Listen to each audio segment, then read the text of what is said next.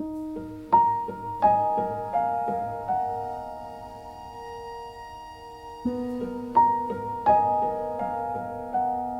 was a quiet Saturday afternoon when I decided to take a walk through the old part of the city. The weather was calm and soft. Warm sunlight touched the buildings and a light wind moved through the narrow streets. I had no plans, no schedule, just time to wander and look around. Sometimes those unplanned walks bring the most unexpected discoveries. The street was full of small shops, bakeries, cafes, bookstores, and little boutiques. I could smell fresh bread and coffee in the air, and the sound of footsteps echoed softly on the stone pavement. People passed by slowly, some holding paper cups, others carrying flowers or shopping bags. I felt happy just being there, watching life move peacefully around me. Then I noticed a small door between two taller buildings.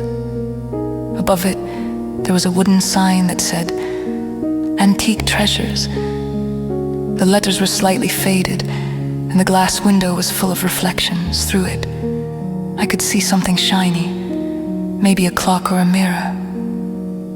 I stopped for a moment and smiled. I had always liked antique shops. They are like little museums full of stories and memories hidden inside objects. I pushed the door gently. A small bell rang above my head, and I stepped inside. The smell was different here, a mix of old paper, wood, and something sweet, maybe candles. The light was warm and golden, coming from a few lamps that made everything look soft. The shop was small but full of things. Shelves stood close to each other, covered with books, boxes, old photographs, and porcelain figures. There were large clocks on the walls, their hands frozen in different times. A big wooden table stood near the center, covered with postcards, jewelry, and coins. Everywhere I looked, there was something that wanted to tell a story. An old radio was playing soft jazz music in the background. It made the place feel even more peaceful. I walked slowly, touching the edge of a frame here, turning a book there. Each object seemed alive in its own quiet way. The ticking of one small clock filled the silence between songs. I stopped near a shelf full of books. Some had leather covers, others were thin and delicate. I picked one up. It was a poetry book, printed in 1948. The pages were yellow and smelled of time. Inside, there was a name written in blue ink. To Emma, with love. I wondered who Emma was and who had given her this book. Maybe a friend, maybe someone who loved her. It felt strange but beautiful to hold something that once belonged to another life. A few steps further, I saw a small mirror with a golden frame. Its surface was slightly scratched and my reflection looked soft and far away. I thought about how many faces this mirror had seen. Faces that smiled, cried, prepared for a new day. Now it was here, quiet, waiting for someone to notice it again. I turned around and noticed a tall wooden clock standing near the back of the shop. It was beautiful. Dark wood, elegant details, and a glass door that showed the shining pendulum inside. The clock was not working, but even so, it looked full of life. Its silence had a kind of dignity, as if it remembered all the hours it once counted. On a small table next to the clock stood a black and white photograph. It showed a family, parents with 2 children, dressed in old-fashioned clothes, smiling gently. I looked at their faces for a long time. There was warmth in them, something simple and pure. Time had passed, but their smiles stayed frozen forever in that single moment. Then I heard footsteps behind me. A quiet voice said, "Good afternoon." I turned and saw an elderly man standing near the counter. He was tall and thin, wearing a vest and round glasses. His hair was silver, and his expression calm and kind. He nodded and smiled politely. "This is such a lovely place," I said softly. He smiled again, as if he had heard those words many times. "Thank you," he answered. "Everything here has its own little story." I continued to look around while he returned to his desk, arranging some papers. It felt like stepping into another world, a slower, quieter one. I could almost hear the whisper of the past in the air. In one corner, I found a box full of postcards. I sat on a small wooden chair and started to look through them. There were postcards from Paris, London, Rome, all from the 1950s and 1960s. The handwriting was beautiful, the kind people used long ago. Some had messages like, "Wish you were here," or "The weather is perfect." Simple words, but full of feeling. It made me smile.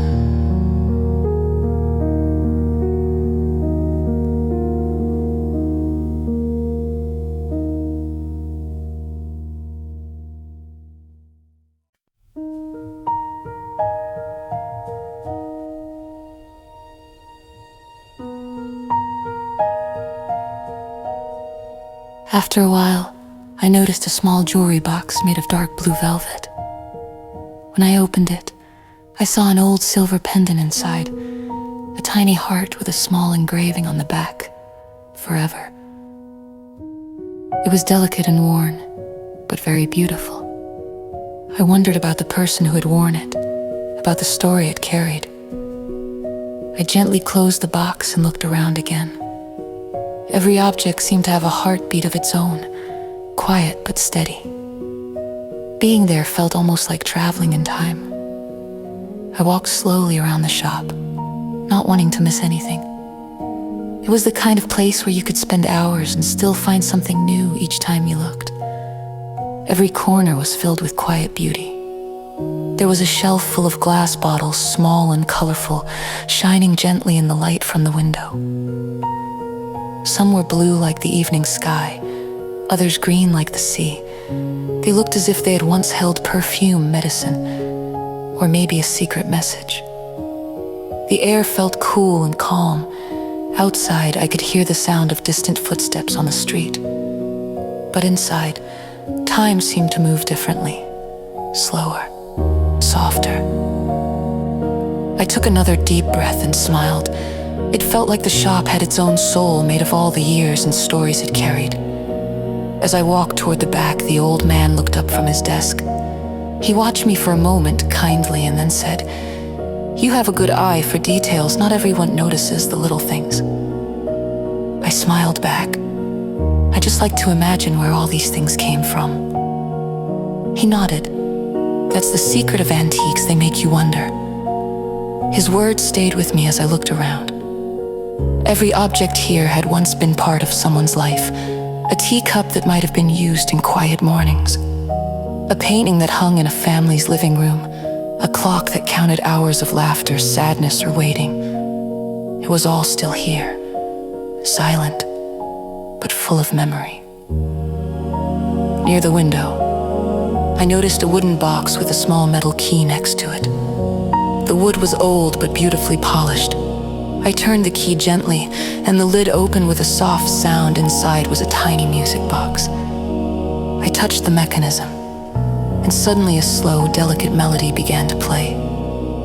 It was the kind of music that makes your heart feel warm, simple, nostalgic, full of emotion. The shop owner looked up and smiled when he heard it. "That tune," he said quietly, "was my mother's favorite. This box belonged to her." I looked at him, surprised. He didn't look sad, more peaceful, as if he was remembering something precious. "She used to play it every evening." He continued, "Sometimes I still do, when I want to remember her." I closed the box gently and smiled. "It's beautiful," I said. He nodded. "Yes, some things keep more than just sound, they keep feeling." I stayed silent for a moment. The melody still echoed softly in the air. It was strange how a small tune could make you feel connected. not just to the music, but to someone's memory, someone's life. I thanked him and continued to walk. On a nearby shelf, I noticed a small painting. It was simple, a quiet street with an old lamp and a few trees painted in soft colors. But there was something about it that drew me in. The brushstrokes were gentle, and the light in the painting felt real, almost alive. It reminded me of the streets where I grew up. I could almost hear the same sound of footsteps, smell the same evening air. When I looked closer, I saw a small signature in the corner. It said only one word: Anna. The letters were delicate and careful. I didn't know who Anna was, but I felt something warm when I looked at her work. I imagined her sitting by the window years ago, painting quietly while the world outside went on. I turned to the shopkeeper again. "Who painted this?" I asked. He walked over slowly and looked at the picture. "Oh, that one. It was painted by a local artist a long time ago. She used to come here often. Very kind woman, always smiling. She passed away many years back, but people still ask about her paintings." He looked at the small frame and smiled softly. "She painted feelings, not places." His words touched me. I decided I wanted to take that little painting home. It wasn't because it was expensive or rare. It was because it made me feel something. I wanted that gentle light, that memory of calm, to stay with me. I told him I would like to buy it. He nodded kindly, wrapped it carefully in soft brown paper, and tied it with a thin string.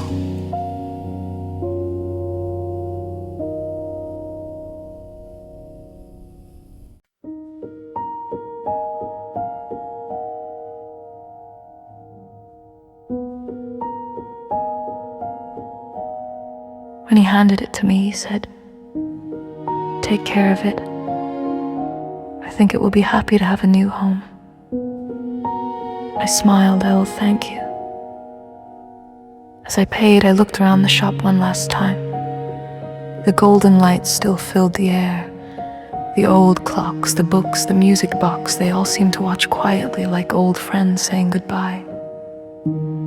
Before leaving, I said, "This place feels special. Thank you for keeping it alive." He smiled and answered softly, "Places like this live as long as someone cares to see their beauty." The small bell rang again as I opened the door. Outside, the street was still warm with sunlight. The sound of the city felt a little louder after the silence inside. I walked slowly, holding the small package in my hands. The brown paper was warm from the light, and I could still smell the faint scent of old wood and candles on it. As I walked home, I felt calm and thoughtful. That little antique shop had left something inside me. A quiet reminder that even old things, forgotten things, still carry love, memory, and beauty. They wait for someone to notice them again. I smiled as I imagined the painting hanging on my wall, the light in it blending with the light in my room. It would remind me of this afternoon, of the kind man of the music box, and of all the small, beautiful stories hidden inside things that never truly fade.